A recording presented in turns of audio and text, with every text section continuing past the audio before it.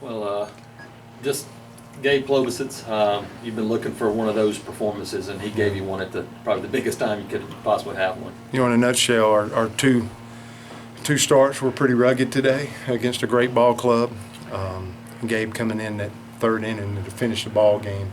I've never been more proud of a player and of a team.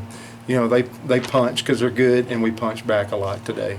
And I think in this small window of time of being here, I've never been more proud of this ball club and how the guys just kept competing, kept playing, kept getting the barrels to a good spot because they wouldn't quit and our team didn't quit. That did a lot for us. That ninth inning, for us to have our first walk of the ball game followed by a couple of bunts where guys get on, kind of fell apart there, that hurt because we had played so hard in that baseball game.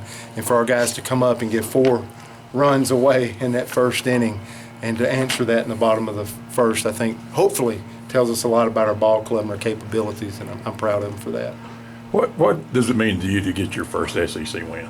Just to get it behind us. There's 30, and you don't want to dig a hole in your home. So I don't think I'm thinking about me at all. I'm just trying to keep pace and knowing that this time that we've had early in the season to try to get comfortable with one another, and we've dropped some baseball games and had that, I think builds and makes it a stronger team. But I think it makes it more imperative to hang in our league. That's going to be important for us if we want to have our best team and our best chance later on. How big was it to get those 4 runs right back? Like I think so. I think, they work hard, they feel good, they come out and they hit us hard, and to reel them right back in. I know what it feels like when it happens to us, conversely on the other side. So that's huge. That just draws them right back, squared, play another game. They come back out, Bert, a little second baseman.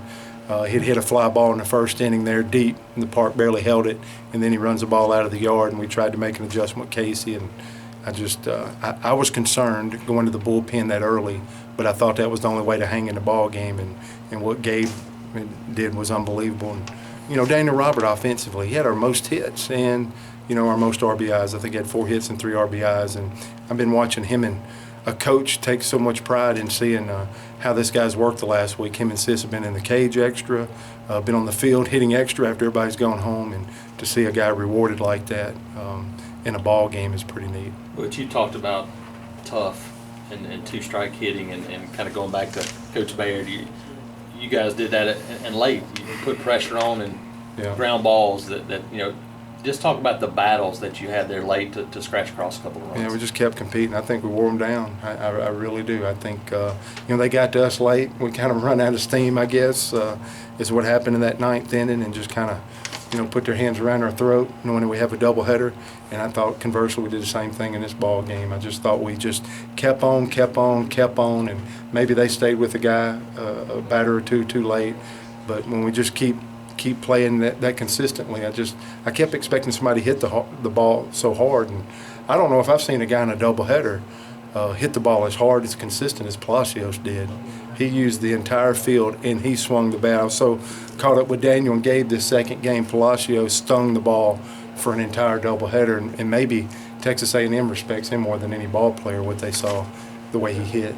A&M's pitching staff was no joke coming into this, and being able to put up 17 runs over 2 games and 9 to win. Just talk about the offensive production against one of the better pitching staffs that you'll see. Yeah, I kept trying to say when we were in that scuffling phase, not scoring runs, I still think at the end of the day that we're going to say that our offense is, who we are, our identity that we rally around, and I think that showed these last 4 or 5 days. For us to be, I think, a huge factor in this league, our offense has to play that way. And, just because if we come out and score 1 run tomorrow, don't mean we can't hit or we're not trying. It just looks like it when you're not putting a lot of runs on the board. But that consistent, I think that effort, I think our offense can be respected.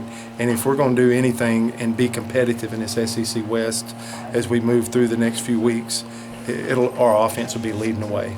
I'm pretty convicted of that. Do you like the idea of not having to use Andrew or Cole and maybe winning a series tomorrow against a possible national seed? Yeah, those are the 2 right there that I think we're going to run through first and see how much mileage they can get and see where the dust settles with those 2 guys. I think I'm looking pretty strong. I had Yarborough up there at the end, him and Sprinkle, so we probably took a little bit out of them without you even seeing them in the ball game. So that makes me lead more to Mitchell getting a chance to follow behind Lipscomb. I'd like to go for it. How close was Gabe to being at the end of his rope there at the end? I just didn't think they were taking good swings. I'm sure he was, but I didn't like the swings. And as long as he could throw enough strikes, I was worried about after that first walk and getting 2-0 to that second batter if he was just going to shove the ball in the strike zone enough to give us a chance. But I thought if he could just get the ball over the plate enough, I just didn't think they took good swings on him from the 5th inning on. That's good. Thanks. Thanks, y'all.